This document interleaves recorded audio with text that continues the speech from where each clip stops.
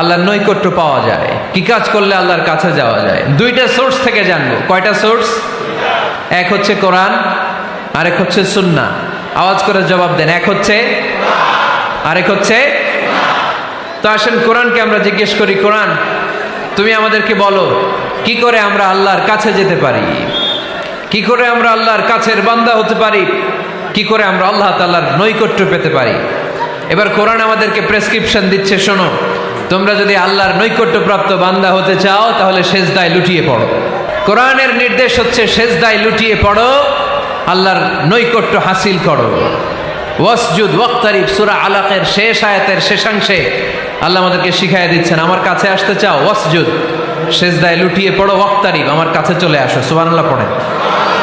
বান্দা যখন সেজদায় লুটিয়ে পড়ে তখন বান্দা আল্লাহ তাআলার সবচেয়ে কাছে চলে যায়। ফাআকসিরু ফীহি দুআ, তাই তোমরা বেশি বেশি